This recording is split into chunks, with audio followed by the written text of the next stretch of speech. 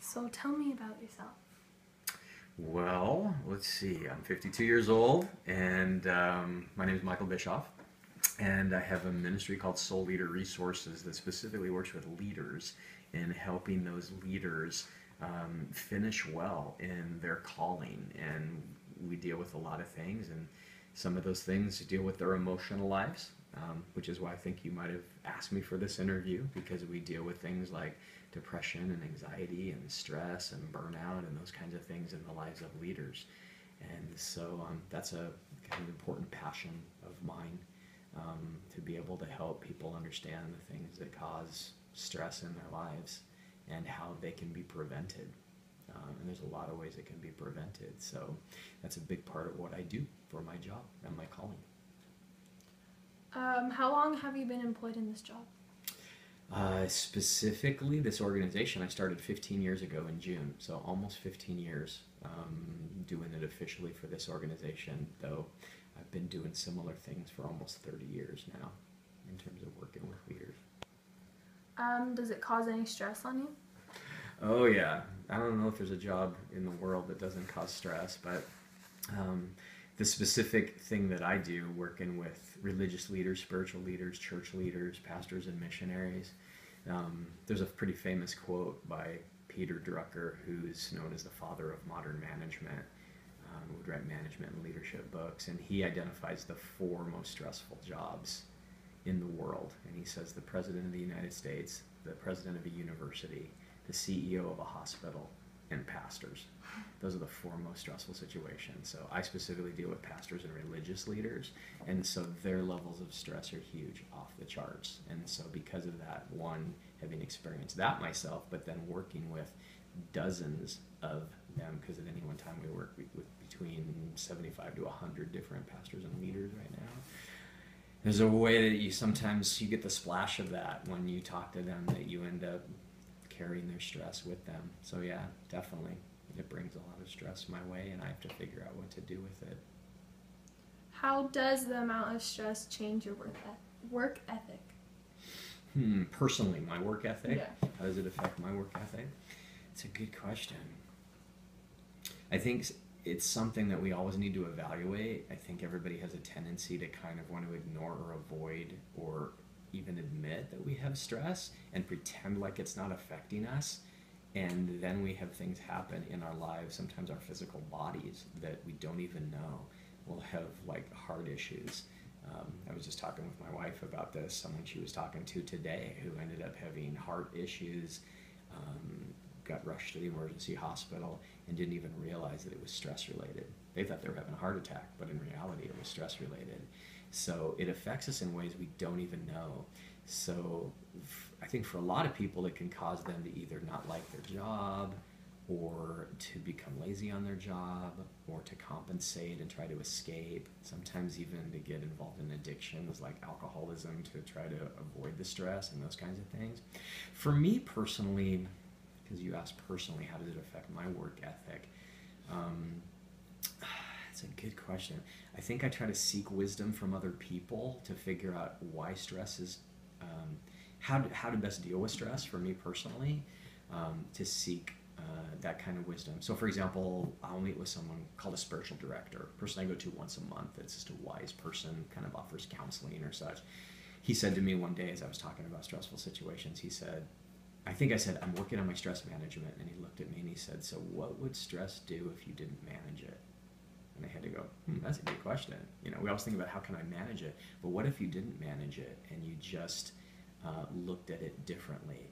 So I think it does affect us hugely. Probably the most specific way for me is it decreases my capacity to do what I'm supposed to do. I can't do as much. I have less energy, or I'm distracted, or I get discouraged more easily. I don't have creativity or the initiative to do the things that I feel are most important.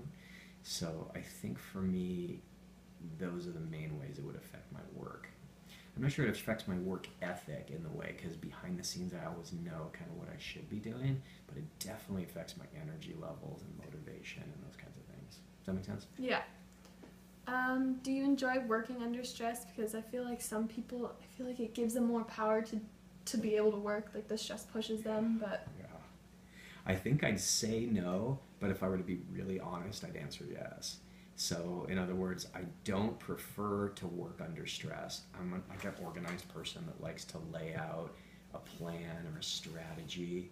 But when push comes to shove, I'll often find that I procrastinate and wait till the last minute, and therefore kind of wait for that energy you just described, and end up kind of doing things in the last minute and letting that deadline almost create a natural stress that motivates me to get more done in a short period of time. that works for me too. Yeah. So I don't like that about myself, but I think if I were to be honest, I do it. Yeah, I do it more than I know. And the one thing I look is that does that affect other people, the people I work around? Because while I might do something for me, I know organizationally our own stress can create a lot of stress for other people, and I don't want my unhealthy ways of handling stress to affect my coworkers or people that are working with me or under me or whatever, and yet it sometimes can. So I want to be good at listening to them, and if they say, hey Michael, you waited too long, you procrastinated, we don't have enough time to work on this, I want to be able to listen to them and change appropriately so my stress doesn't cause them stress, because I think that's one of the things that happens in school and in workplaces and whenever we work with people, is that other people's stress rubs off on us. And you're a teacher, correct? Yeah, professor. How often does teaching cause you to be stressed? The teaching itself, like classes and everything. Good question. Yeah, I just got back from teaching a class this weekend up in San Francisco, and so this is a class I've taught before. This is the 5th time I think I've taught this specific class. So if it's a class I've taught before, it doesn't feel quite as stressful because I've done it. So especially after doing it 5 times, it becomes a little more natural. So one, if it's a new class, new curriculum, that creates some stress because you've got to come up with something good. I have a really high value to be interesting and relevant for the students that are there. I don't want to be boring and a waste of their time. So there's some built-in stress for that for sure. Also, whenever you start a new class with people or there's new students, there's the stress of getting to know them, getting to figure them out, thinking, will they like me? Will they like the material? So there's some stress that's built in there in any class. But then there's just the stress of kind of the administrative aspect. I love teaching. I hate administration of it or grading papers. And many professors would say that. They'd say like, you know, the teaching part's really fun for me, which it is. Right now I just finished teaching that class and I'm in the grading part where now I gotta go and grade, you know, dozens of papers and it takes hours to do it. That's not really fun. So grading papers creates a stress level for me as well. And maybe just the last one would be just I put a lot of pressure on myself to get better at it or to have the best material. So whatever the subject is that I'm teaching, I want to be up on all the current research, what are the best books on it, and there's a lot of stress to kind of stay up with that because knowledge and information is always changing, and to feel like I got to have the best and most up-to-date material, that can be stressful. Yeah. Do your students have change in their work ethic or work abilities from being stressed, like that you notice? Does stress affect them? Does stress change the students? Yeah. Oh, totally, yeah. You can tell when a student is relaxed and able, I think they're able to learn better when they're not stressed. You can always tell the students that either are taking like more classes. So obviously at college and graduate school levels, this is graduate school level I'm talking about, so I'm teaching in seminary. But you can tell when they've got a full load, full time, taking 3, 4, 5, 6 classes, that brings stress to them. If they have a lot of plates that they're spinning, like they're going to school full time, they're working a full-time job, they have family, they have other responsibilities, the more of those things they have, that greatly increases their stress. Even their commute time, if they're driving a distance to get to the campus where they're going, that creates stress in their life too. And also if they have like lack of support, and this applies to students at all levels, so junior high, high school, college, or whatever, but if you don't have parental support, family support, friend support behind you, and you feel like you're kind of out there alone, just learning on your own without those support systems, you're going to be way more stressed. You need a supportive environment to get through whatever program you would be in at any level. How often do you get stressed? Every day. I would say every day. Yeah, I mean that'd be to different degrees and different levels, of course. But I think every day stress presents itself. Now, there's good stress and bad stress. So one of the things that probably significant for a paper like this is good stress is called eustress, EU stress, and that's we all need some challenges. We need something to keep us going, and if we're not challenged that way, we kind of just wither away. So there are good stresses that we kind of rise to the occasion, the kind of thing you maybe experience when you've got a new dance you need to learn, right? Some new program you've got to, that's stressful, but it's kind of a good stress because it causes you to rise to the occasion and learn it, right? So we all have that. But then there's this line that we'd all cross where good stress becomes bad stress. And sometimes that's hard to tell where that line is, but that's an important aspect of discerning stress is to figure out when does it become unhealthy for me versus healthy. So yeah, it's kind of like pressure on something causes it to strengthen. That's true with like bones. If you don't exercise, like if you don't ever lift anything heavy, or in weightlifting, bones get strengthened because there's pressure on them. So that's good for their strength. If you never did that, your bones would get weak and brittle. But if you put so much pressure, you could break a bone, right? It's too much. So kind of the way that I like to think of it as well. So, but yeah, some stress comes every day. The question is, you don't want it to be. The only good stress, too, would be short-lived stress. Our bodies aren't meant to handle stress for long periods of time. They're meant to handle it for short periods of time.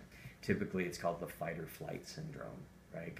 I feel like we've been given this body, and we have adrenal glands, for example. This is kind of an important part. I don't know if you're going to get to this in another question or not, but we have adrenal glands that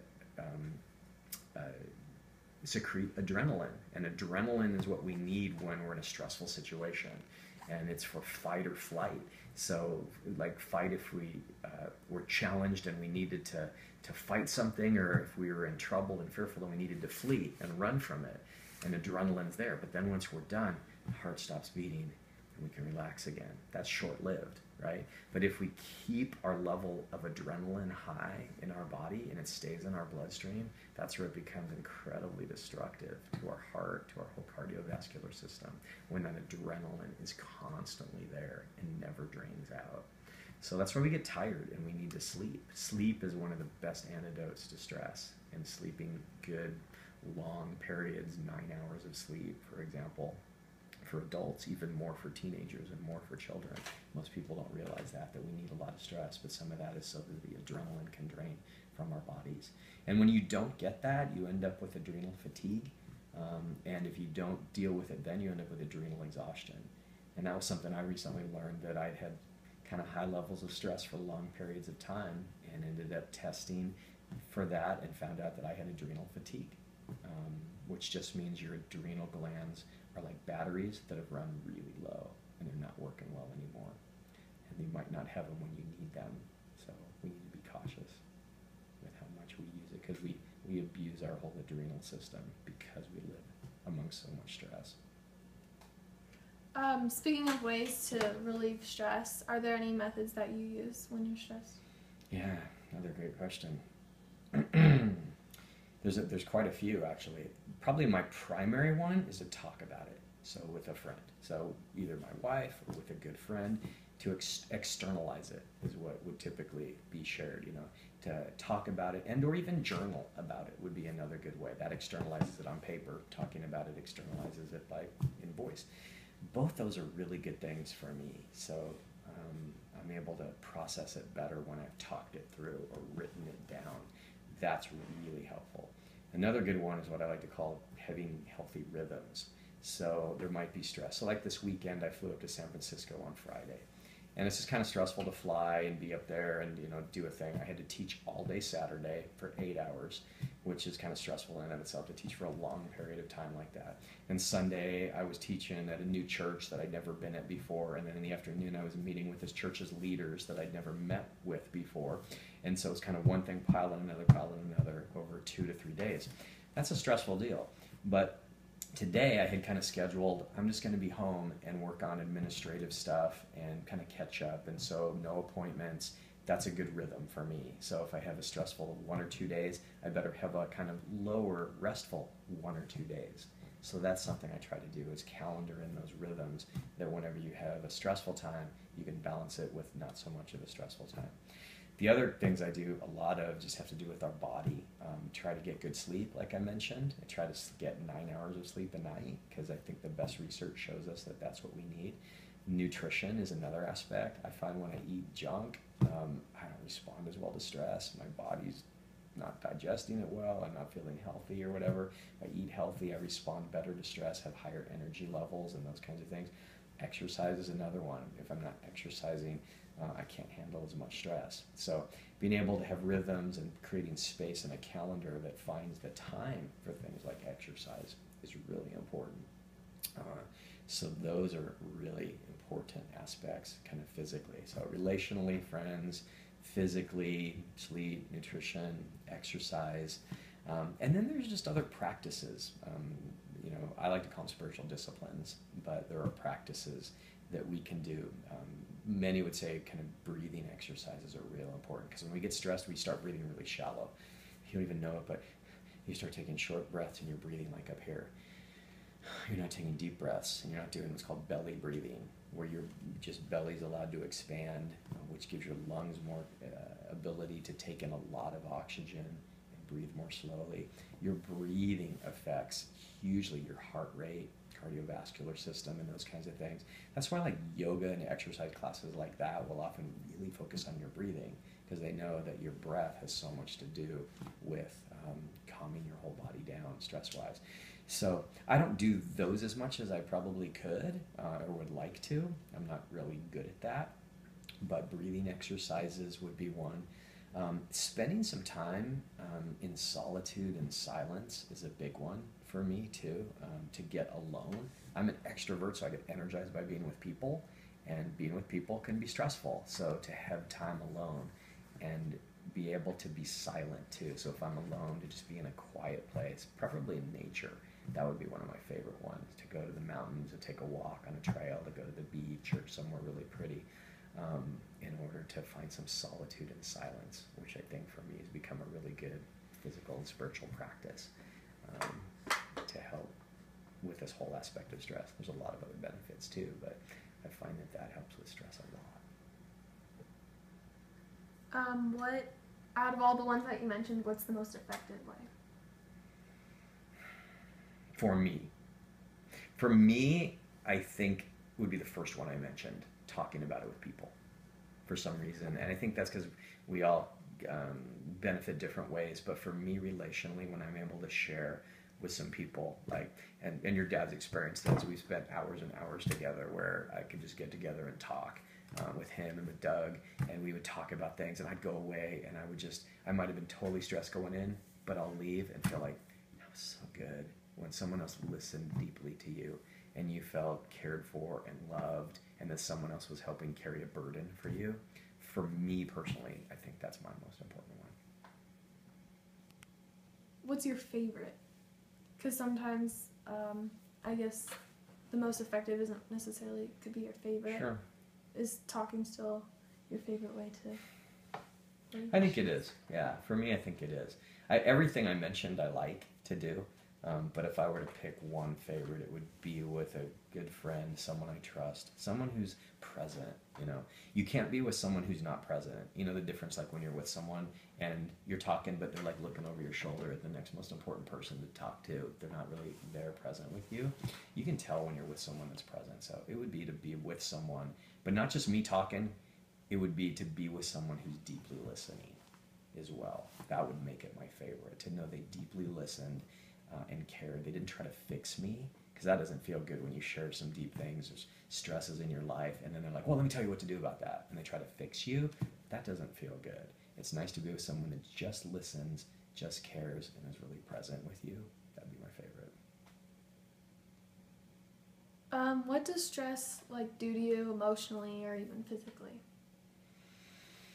Oh yeah, a lot. Let's go start with physically. Physically, I already talked about shallow breathing. That happens. Heart rate changes. Heart rate speeds up. For me, one of the ways I've seen it manifest itself over years is my heart will actually skip a beat. When adrenaline gets too much in my body, I've had times in my life when literally I wake up at night and my heart was skipping a beat. And that woke me up. Like my heart would go beat, beat, skip, beat, beat, skip. And like one night I woke up, Darlene, and I'm like, I need help because something's going on and I don't know what's going on with my heart. And it was a weird, strange feeling like, should I go to the doctor, the emergency hospital or something? But I ended up finding out after a couple times it happened that I had a really stressful event happen that day. So for me, it does hugely affect my heart rate or even heart skipping a beat or something like that. Just distraction and the inability to focus would be another thing physically. So I guess it affects you mentally, affects your mind. You can't concentrate as well. Can't, do what's expected of you. Energy levels would be way lower as well. So those are some of the physical things that are there. Emotionally, I think you can feel it. I have not really been one to have like panic attacks or anxiety attacks, but a lot of people do. In fact, I think it's still the number one emotional issue for women in the United States are panic attacks, or where you don't even know what to do. You break out in a cold sweat, rapid heartbeat, you just get in a real panicky place. And that's a horrible thing. One time I've experienced something that felt like panic attacks. But that's an emotional thing that can happen, even though I haven't experienced it. I probably have gotten more depressed rather than anxiety. Depression is what I call my pathology of choice. You might have even heard before, but I went through a time in my 20s where I went through 8 months of what I now know was like clinical depression, where I was in a place where I should have gotten help for it, and I didn't because I didn't know how to seek help. But that's a long time to be depressed, 8 months. So, and stress brought that on. That's totally what happened, and I didn't have those relationships to go to, like I said, the kind of things I needed. So, that'd probably be the biggest emotional response to me, is that if the stress doesn't ease up, I get depressed. And I don't know where to go with it, feeling like there's just no hope, no answers. Is there anything else you'd like to share about like you and the relationship with stress? Guess that I'm still learning about it. I've been learning about it for I feel like a lot of years, but just even recently last year, being diagnosed with adrenal fatigue, that's not something that you want to have happen when you feel like you know a lot about it or you're helping others with it, and yet you're still like guilty of it yourself. And so I'm still learning about it, still trying to learn new ways of coping. This recent instance that you kind of heard about before we started recording. So my mom had a stroke about three and a half weeks ago. That was one of the most stressful events in my entire life. And so, at all life stages, there's always going to be something that comes at you. So, when you're in high school, it's trying to figure out, what are you going to major in? Where are you going to go to college? Who are you going to date? Who are you going to marry one day? What's it going to be like when I move away from home, or, I go away and I live in a dorm, or all those kinds of things. I'm driving, the stress of driving, or those kinds of things come. In college, there's other sets of stresses. When marriage comes, there's new sets of, so every life stage has like new sets of stresses. So even at my stage of life, now we've had our kids move away recently. Empty nest is what it's called when your kids move out of the home. That's this new level of stress. It's a good thing, but that provided stress for me and my wife in a way. And then once that was over, it was like my mom has a stroke, and I've got to figure out how to help care for her in her later years or final years. That was a huge amount of stress. So literally the last 3 weeks were 3 of the most stressful weeks in my entire life. So I guess to say I'm still learning, and you can never feel like you're done with stress or that you've got to figure it out. I do think, though, that we can all learn, which is why this is such a cool paper, that we can learn really good resources of how to deal with it, and that there are good skills and knowledge and ways of approaching it and coping mechanisms and rhythms and practices, that knowing those things can keep you from being the person who stress takes you out, because stress will kill you. stress will kill you if you allow it to. And you know, that's why heart attacks and all those things come along. And the other thing, I guess, is, and one thing I help leaders understand a lot, is that the kind of life we live with hurry, there's a couple things. Hurry would be one big thing. It's been called hurry sickness. There was a book written by Meyer Friedman years ago called Type A Behavior in Your Heart. And he talks about hurry sickness. And we kind of take it for granted in our day that we just got a lot to do, so we got to hurry here, here, here, here. And one of my mentors, who you've heard me talk about before, Dallas Willard, he had a famous phrase that he'd like to say: you need to ruthlessly eliminate hurry from your life. There's a reason he said that. It's because it'll kill you. Hurry sickness will kill you. And yet many of us have it and we don't even know it. And so I'm still learning a lot about hurry sickness. Technology is another one, you know, everything from, you know, the digital invasion, it's been called by some, but we can't get rid of it. We're going to have computers and cell phones and technology the rest of our lives in increasing capacities, even within our cars and stuff. And we're going to wear it on our body. You know, Apple Watch is coming out any day now here, and we're going to be wearing technology in a way we've never worn it. So you can't get rid of it, but you got to learn, what impact does it have on you? And that impact is sometimes stressful. Sometimes it's helpful, and other times it's really stressful, like when it doesn't work, right?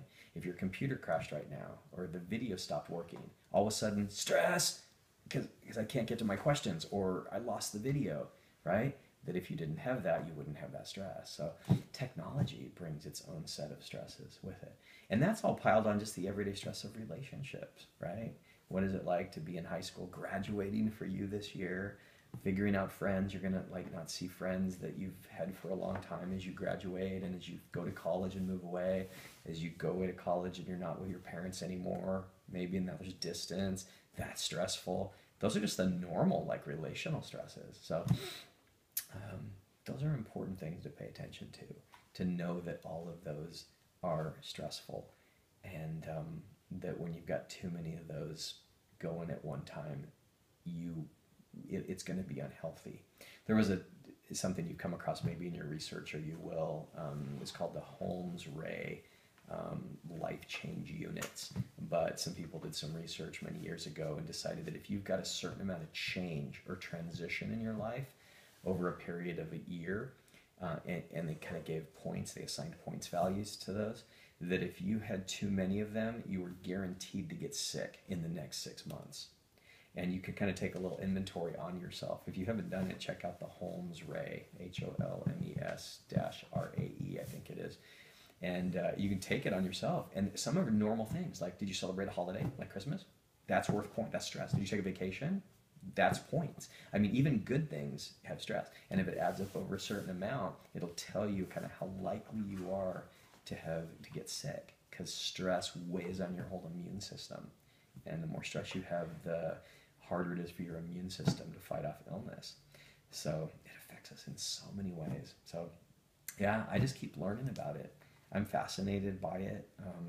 And because, not just for myself, because I want to live a healthy life like most people, but I want to help other people with their stress too. And because I work specifically with students and leaders and pastors and such, their levels of stress are so high. I want to help them figure out how to understand stress in a way that they can be as healthy as they can possibly be. Because you can't avoid stress. So how are you going to live with it in healthy ways? Besides work, are there at times your family stresses you out? Oh yeah, of course. Yeah. You can't live with people. People will always be people. So often the people you love the most and are the closest to will be the ones that bring the greatest stress. So I mentioned my mom already, you know, who just, she couldn't help it that she had a stroke and that she's in the place she is, but what happened with her created great stress for me. Our kids that just, you know, Mallory and Kyle are done with college. Kyle graduated in May from college, moved out. That's a good thing. We're proud of him that he moved out and got a real job. That's exciting.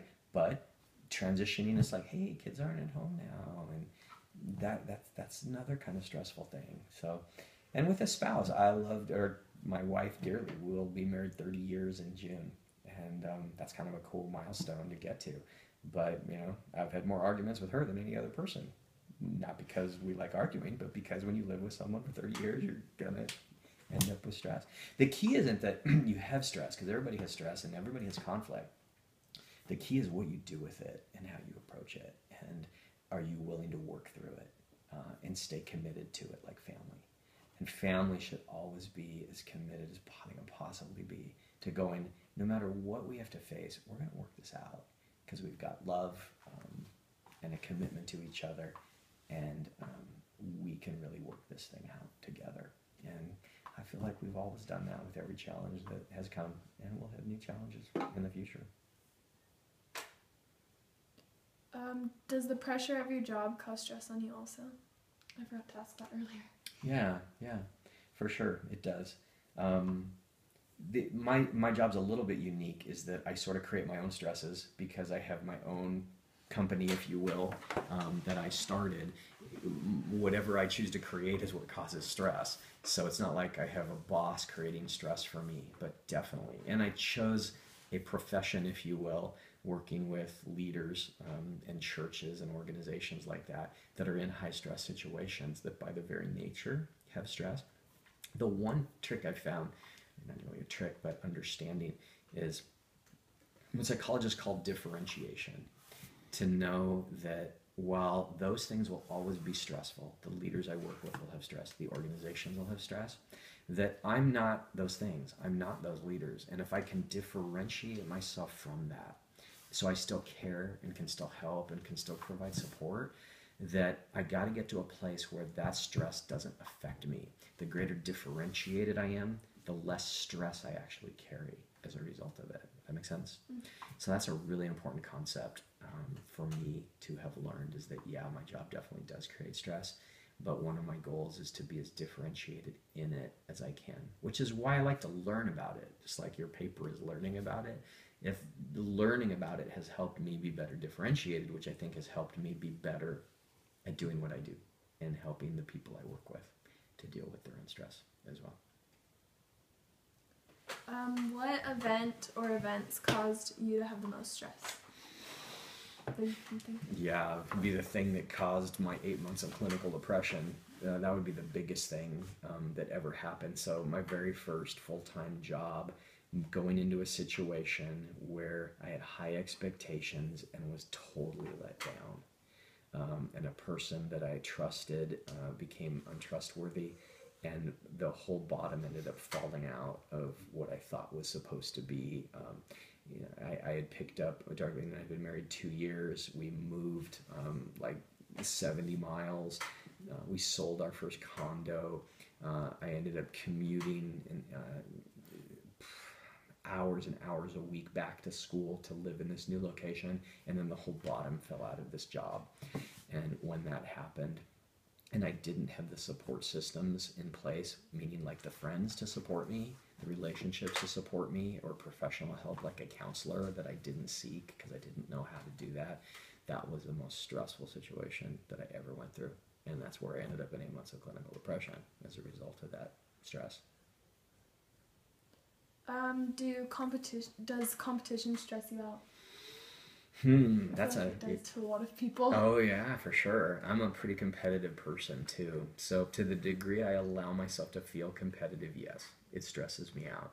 So I have to kind of manage things that I'm not competing. So, but yeah, I'm kind of a naturally competitive person. Even in silly little games, you know, I could be playing checkers and I could feel a lot of stress because I want to win the stupid checkers game. So yeah, I compete with little things. I get on a bike, or Darlene and I'll be riding bikes, and it'll be like, we got to beat our time from last time. When we bike from here to here, I'll just set that stuff up. So yeah, I think that's definitely a part. The more competitive your personality is, you're going to experience a level of stress with that. Some of that relates to type A and type B behavior, that if you research or study that at all, I'm a type A personality. So a type A personality is someone that's more driven, has higher goals. Not necessarily. It's probably the more they approach those things. Their personality is more driven to get things done, and I think more competitive. Though I've seen type B people be competitive as well, but type B people are just a bit more relaxed. They're not as driven to do everything like that. And they'll say that type A people usually stress out. Stress will be the thing that takes them out, but type B people will tend to burn out, because burnout is emotional exhaustion. And stressing out is physical exhaustion. So my type A competitive personality is going to tend to be more physical exhaustion. It's going to result in taking me out with things like adrenal fatigue, like I mentioned. Is there anything else you'd like to share, just to wrap it all up? I applaud you choosing that topic. I think that's a really, it's a deep topic. It's an important, and stuff, I think new stuff's coming out all the time about it. But I think, one, you'll be a wiser person as a result of understanding it. So I think it's really cool. I applaud your endeavor taking on that paper. And I guess the other thing I'd say is that the things you learn from doing this, project, pass on to others. You'll really learn them when you can share them with other people. So don't just keep them for yourself and your own personal health, but figure out ways to be of encouragement to others in their own lives. Because we all need friends that understand stress better and can help us with those kind of resources. All right. Thank you. You're welcome.